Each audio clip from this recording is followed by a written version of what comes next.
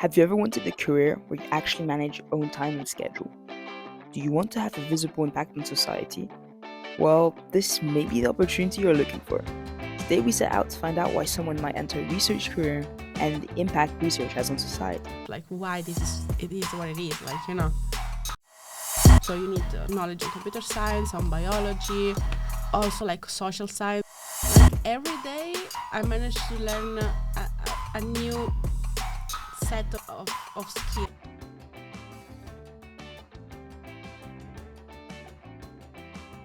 Today we're talking with Dr Floriana Anselmucci, a dynamic postdoctoral researcher hailing from Italy.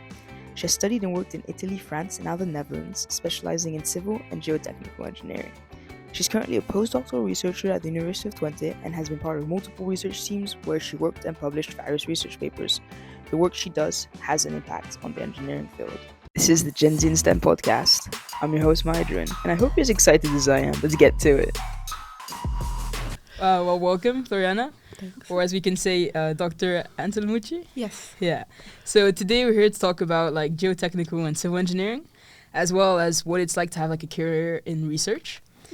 And yeah, I'm quite excited to have you here today, as it's kind of like you started by civil engineering and in your journey, and I also am, so we have that in common. I mean, hopefully I can inspire you on something, I don't know. But first, before we get into all of that, I want to know a bit more about you. Mm-hmm. So can you share maybe a personal story or moments from your childhood that you feel shaped a key aspect of who you are now? Okay, that's a tricky question. Like, I don't think there is like something specific in my childhood. Also, I don't really have like clear memories in my childhood. Just like I think more like feeling or something.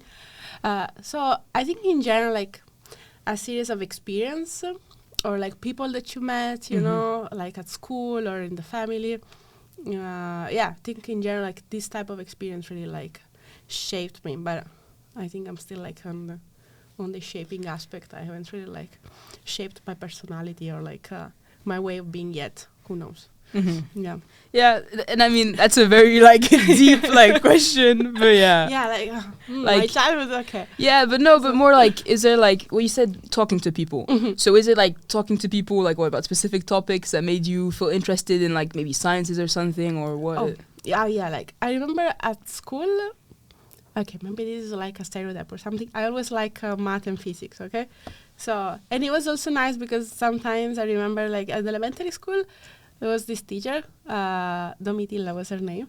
And once I remember, I think it was like 4th grade or something, she came to me and said like, oh, you are very disorganized because, you know, my handwriting was a mess. But she's like, you went to everyone and said like, you see, Floriana managed to understand the exercise. And to me, like, it was like, oh, wow, I understood that.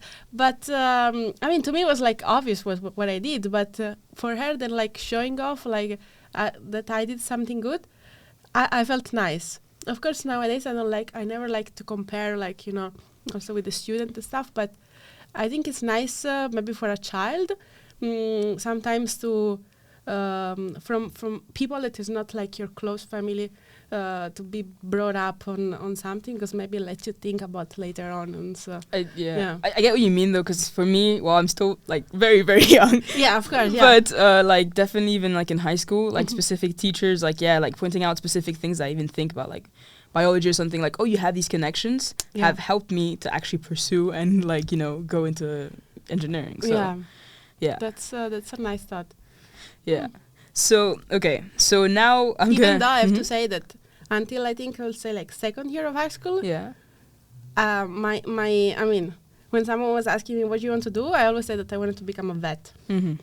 But then when I realized that vet was not just dealing with dog and cats, then I realized that it was not like, you know, a dream job after all. Yeah, it was yeah, something different. Exactly. Okay.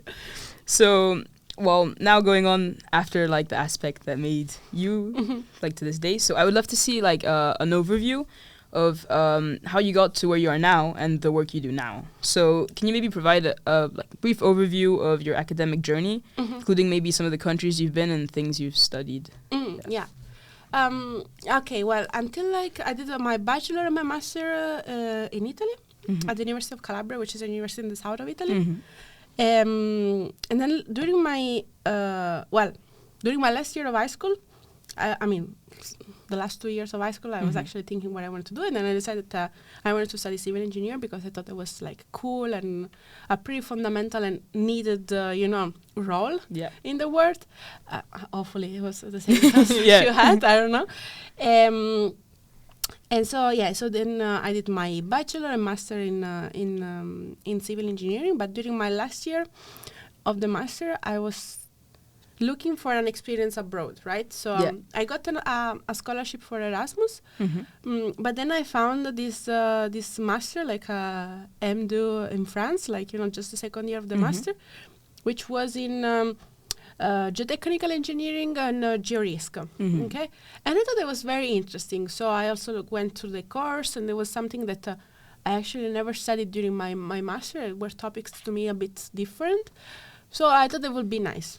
And that's why then I enrolled and I moved to France. Can I quickly interrupt you? So geotechnical and geometrics. So I'm not fully sure what that is. Can you kind of explain a bit what that is?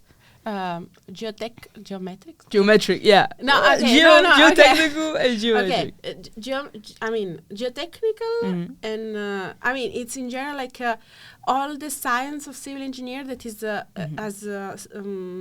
is related to soil, right? Yeah. So from the word geo, okay? Geo, yeah. So in general, like all the infrastructures that are related with soil or like interact with soil, a geotechnical engineer is in charge with that.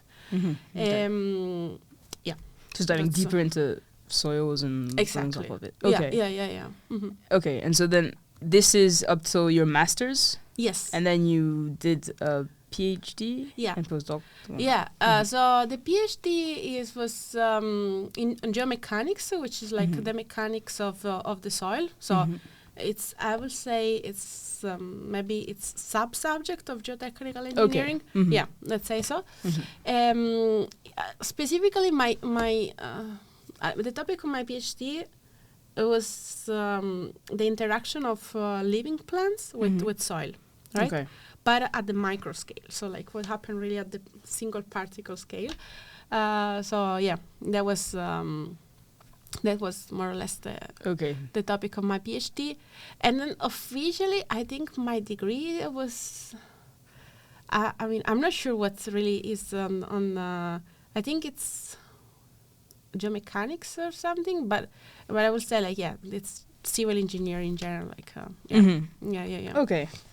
Okay, so you started kind of in civil and then went to kind of maybe even a subsection of civil, so geotechnical, geomatrix, geomechanics. Can you explain maybe what civil engineering means to you and how it led you to specialize in geotechnical engineering? Okay, I mean, civil engineer, I think is in general, I think it's the type of field that allows you to make, your idea into something concrete, right? So for like a daily basis. So, you realize you need like a building for something, and so with civil engineering, you construct it. So you need to go from one point to another, and so you use the knowledge of civil engineering to construct a road or like a rail track, So I think in general, like this is my point of view of like the civil engineering and civil engineering in general. But I liked what you said even previously, because it's like, I don't know, I feel like it's a bit like the backbone of society, because it's like exactly fundamentals, like structures, like everything is dynamic sometimes. You've got mechanical engineering and other stuff that things really move, but you first have to go back a little into the foundations. So. In fact, like consider a few months back, I gave a talk on green mechanics, and it was like a community of, in general, like people works any aspect of mechanics, right? So from physics, mathematics, mechanical engineer, and I was supposed to talk about green mechanics in soil, right? And so soil mechanics. And I was like, how to explain to people like from different background what is soil mechanics? So I literally like explained it. Like to me, soil mechanics is the literal foundation of everything, So just like from the practical building of the foundation, but in general, like any type of infrastructure and like our daily life is based on, Yeah. on a geotechnical infrastructures and Mhm. on knowledge of soil mechanics. Yeah, Yeah. I think so. The base of civilization. Yeah, exactly. A bit important. Yeah, I mean, then, yeah. Okay. So now I want to go a bit more into like I guess the research career part and like the skills that you've acquired while doing that. So yeah, going a bit more depth into your current work, which I guess is maybe we'll see, but like a research career. Hopefully. Yeah. So I'm curious of why maybe you decided to pursue research opposed to working in an engineering firm, for instance. So my first question is like, how does a research career differ from like maybe a traditional engineering career in a company? And do you see any key distinctions? Yeah. Okay. So I during my thesis in France, that was my very first work as a researcher, let's say, you know. And I really enjoyed that. So that's why then I decided to pursue for a PhD. So I have to say that I never really like work on an engineering firm. Yeah.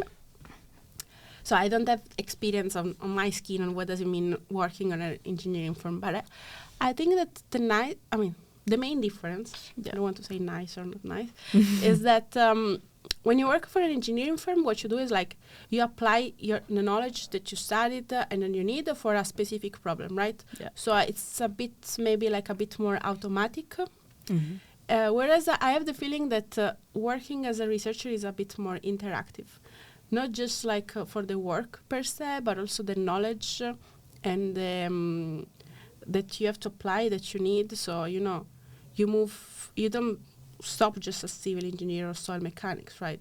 So you need knowledge on computer science, on biology, also like social science, because you need to interact with students, with colleagues. So I think it's really like a broad work. And it's not just the research, you know, in my group, but in general, like every researcher, I have the feeling that it's really like, it needs a lot of knowledge from different aspects and from different fields to really like keep going in his career, in his job. That makes so much sense. You know, yeah. You know what I mean? Yeah, because because when you like work, I guess, you're just applying what you know in situations. Exactly. But research is kind of innovating in a way. Yeah. So it's completely yeah. different skill set, I guess. Exactly. So, and then like I think as a researcher, you also have to take care of like many things. So, you know, you start from being like your own secretary, like planning your own meeting and doing stuff, then understanding what is the best path for your own research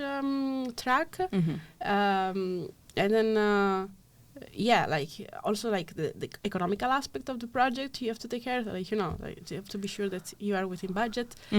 So you know what I mean? It's not just like the research per se. You have to take you have to take into account like all the aspects of it. So you're like your own CEO. You're the manager. You do CEO, everything. CTO, CFO. No, I mean I wish, but like you know what I mean. Technically, yeah. So like from your small project, you have to take it into account also like all the possible aspects. Yeah. Okay, so I was gonna ask, like, after what skill did you think was like crucial, beneficial? But now I'm thinking maybe it's not one skill. Maybe it's like a very holistic thing. Or is there something that you really need for being able to research or have a career in research? Or at least for you. Yeah, I mean flexibility. So. I mean, if you do experiment, also physical flexibility, but in general, like I think, mental flexibility and also willingness to learn new things. I have the feeling that, like every day, I manage to learn a new set of skill. Like, you know, can be scientific, can be a soft skill, like anything, but it's really like I mean, I'm pretty sure also another type of job. I'm not just saying that research is the only thing, but that's what I mostly did in my 30 years of life. So that's what what I know. But it's just like yeah. That's so cool. Yeah. I don't know what do you think like. Like what do I need for research? No, like in general, like for that, when you think about yourself, like working, no, I don't know what type of job you would like to have, but don't you think like it's nice to have like a type of job that every day like challenges a bit and like push that's you the to dream. learn something? Yeah, right. Yeah. So I think that's kind of like what I'm doing right now. So that's why I like it. No, yeah, and like learning something new different day. I think as a student, I mean, we're really put into this situation. But like beyond that, personally too, like if I can, like, I'm always trying to do different things, like front end or whatever it is, modeling stuff like that, because it's new things, and it's like that's what makes things interesting. I think, and then you can combine it, and then being able to do anything. And I think also, like before, people would do like one career the whole life sometimes, or same company. But now you have to be flexible to like change things all the time. So I think it goes into what you're saying as a researcher. Maybe everyone has to have a researcher mentality, you know? Yeah. I mean, I think also depends a lot on the way in which they teach you at school. Like, at least the way in which I was taught, it was to really like be very methodic, you know, stick to the definition of the topic and apply the definition. Yeah. Whereas I have the feeling that it's better like for kids to really like have the possibility also to ask themselves like why it is what it is, like, you know, I mean, how this formula is right, why it's like. So maybe it's better like if we start to push, you know, the younger generation a bit more on this, maybe later on even more like a standard job can be. And then it's like sparking the curiosity to like not just I memorize it and then I spit it out. Exactly. It's like, why? Like, be curious. Yeah, let's be curious. I don't think now, I mean, Yeah, okay. And then for like conducting research, I guess, like what aspect do you find the most enjoyable or fulfilling in what you do? I mean, that's nice. I think when you have like an idea or like an intuition, and then it came out to be right, you know, because then you keep going on your investigation and you realize like, okay, what I was thinking was right. So I think that's nice. But I mean, I have the possibility to actually try out if my intuition works, because that's my job, right? Whereas in other type of job, you don't have the possibility to really like have space around in your the possibility that you can have. Okay. I don't know if I was to test things. I get it. But now so, it made me think of something kind of different. It's kind of like with bias. So like when you do science, you have like a hypothesis and then you like test it. But when you conduct like your research, is there like times where maybe since you had this hypothesis, you might try conducting the research to prove your hypothesis, and how do you maybe like counter that so it doesn't like your hypothesis doesn't impact the results you get, which is totally like well, let's rephrase what you say. Okay. Like in the sense that you think like, okay, I have an hypothesis, I design an experiment, and then like my hypothesis is not validated. No, like so I don't know. For instance, I'm connecting this more to like just my daily life. For instance, so the internet. You have your like, okay, I don't know anything. This is better than that, or like when you like put something into your browser, you kind of phrasing it so that you will be correct, you know, like that conformational bias. Is that what we call it? I see what you mean. I mean, I'm not sure about it. I think it's more like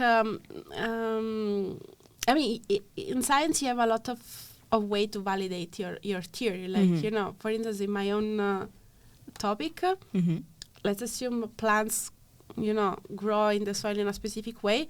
But then you assume that, but then when you actually go and study the microstructure and what happened inside, you realize that was not. So maybe it's by having an open mind, like you said before, and the flexibility of how you approach. And you have your to, research. and you have also to accept that you are wrong. Yeah, it's not always like always. I mean, it can be tricky for some people, but yeah. Something to work on as a researcher. Yeah. On a daily life, I think that's the point. Okay. Well, actually, this connects perfectly. So it's like, well, now your work, you completed your PhD, and your work, I think it's called the SMM, so the Soil Micromechanics team. Yeah. At UT, and you're a postdoctoral researcher. So could you maybe tell us a little about the work of the SMM team at UT and share what your work consists of? Okay. So in general, like the soil micromechanics group is a chair in the engineering technology faculty that we have here at UT. As the name can tell, we study a lot the micromechanics of soil. So really like at the particle scale. My group, they are big experts, I would say, like in discrete element modeling. So is the modeling of the discrete element of the soil. So you really model like particle by particle, the interaction between them and the interaction with the liquids or with external elements, okay? So that's what's the main field, like the main research of my team. Yeah. Then of course, like for instance, they did also develop also some coupling between DEM and FEM, so for upscaling from the micro. So you study the properties at the micro scale, and then you upscale them on a macro scale to study more like the finite entire model. Okay. And to see then actually like on the reality, so on the big picture, what the phenomenon at the macro scale can imply. Myself, I'm more like an experimentalist, let's say. Yeah. So I do more like I try to design more experiments to understand like some type of phenomenon.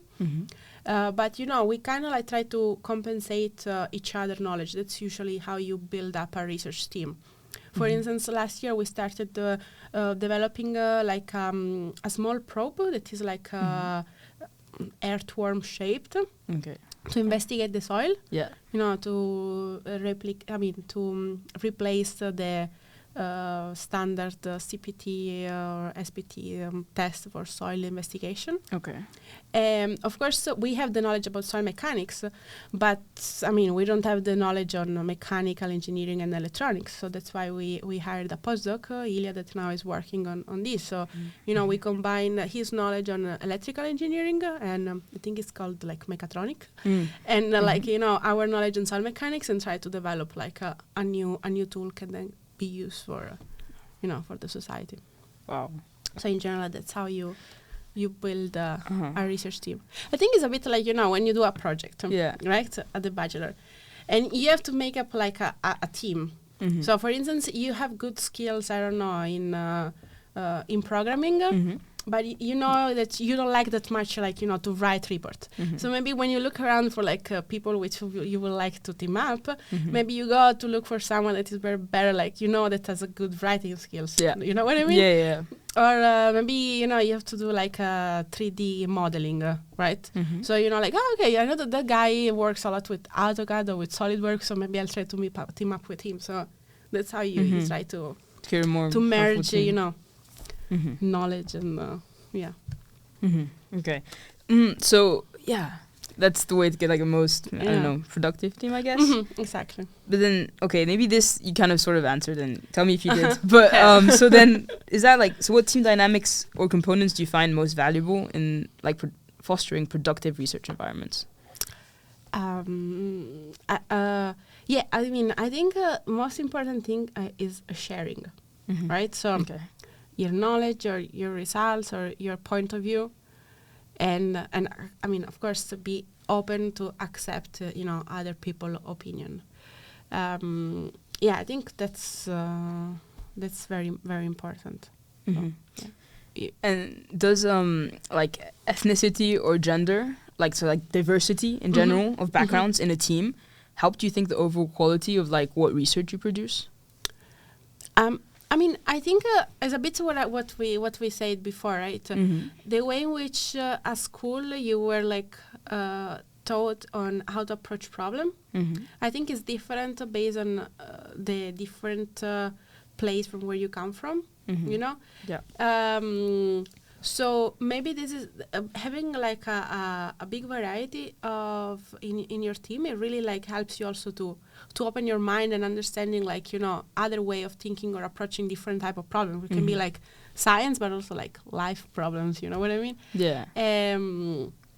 So yeah, and it's good because you have different opinion, and also for yourself, like it's nice to have interaction with other people, and maybe sometimes kill stereotypes. Sometimes I heard some stereotypes about Italian that I was like, oh no, that's totally not true. But so working with people from other countries or and other culture, it really like helps you to open your mind on different aspects. Yeah. Okay. Yeah. And now I want to go back to like, the research you do. a researcher, like we hear that, oh yeah, there's researchers, but what does that mean? And maybe like what do you, well not what does that mean, but what do you do in a week, and what could that look like? Yeah, I think in a week you do a lot of things.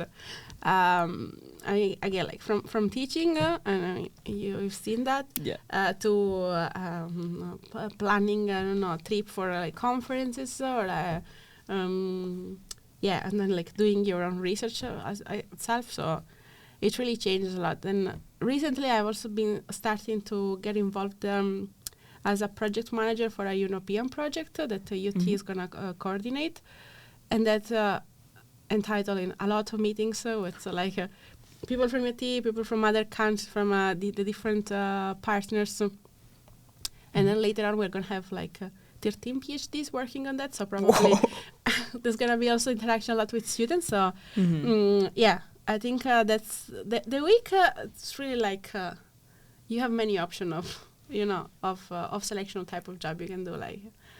From being pure research, sitting on the chair, trying to understand equations and make them work, up to really planning meeting or attending meeting or making a budget Excel sheet on So that's actually really nice, because then you have a variety. Yeah, then that helps you maybe not get bored of it. Yeah, exactly. Trust me, I never get bored. Yeah. But then, see, I think that there is also a bit tricky things. You have also to try to protect also your life, So the work-life balance it's also very important, because otherwise, it's nice to really be involved in your job, but it's good also to have a bit of some hobbies or to do something else. Otherwise, you will be completely. Otherwise your life is gonna be your job, and then it's not gonna be. That's nice. I think the same with the study. Come on. That's why maybe you also do podcasts and so, because it's nice, But otherwise yourself are just studying on to fulfill just to pass your exam. It's and everything in life, if you have just one thing, then other things are lacking. Consider something. For anything fulfillment, for health, maybe sport or something, or something different. But that's the thing. Okay. Now touch quickly back upon what you recently just said, about you've been organizing conferences, traveling to conferences. But so I guess are conferences when you've finished your research, or is that just in general to get information on other research groups, or why would a research team go to a conference, and what?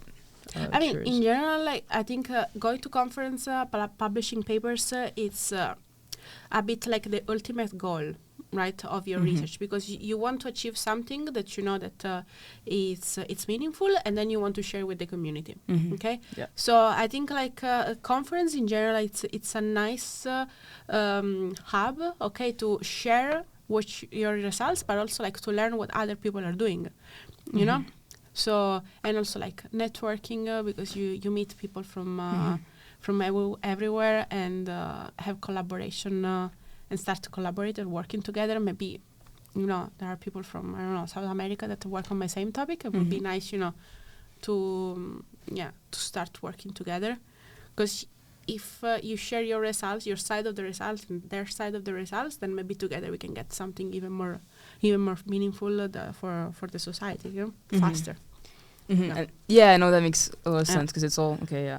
And then I have a question on so you maybe go join a research team that have a topic, but then to get I guess funding, are you going to companies, or companies sometimes coming to you to work on a topic or something like that? I think it works both ways. Okay, so usually if your research team is a bit it's well known, or at least again, you see, if you publish paper on the topic and on the tools that you develop, then companies are aware of what you work on. So for instance, I know that some people in my team are collaborating with Altares or with other geotechnical companies. and they came to, let's say, to us asking for our knowledge. So they came up with a problem, and they know that we have the tools, so together we can combine and find a solution, okay? But the other way also works. So in the sense, for instance, this consortium, European consortium that I was mentioning before, is called Poseidon. So how it works is usually like you create like a consortium that has both academic partners but also industrial partner, right? So together you merge like your knowledge and you try to shape some PhD, which are like young researcher, right? To have both approaches in. So like, so they are ready to both work for academia and also for industry, more like maybe R&D for industry, let's say. So yeah, it works both ways. Yeah. Okay. Yeah.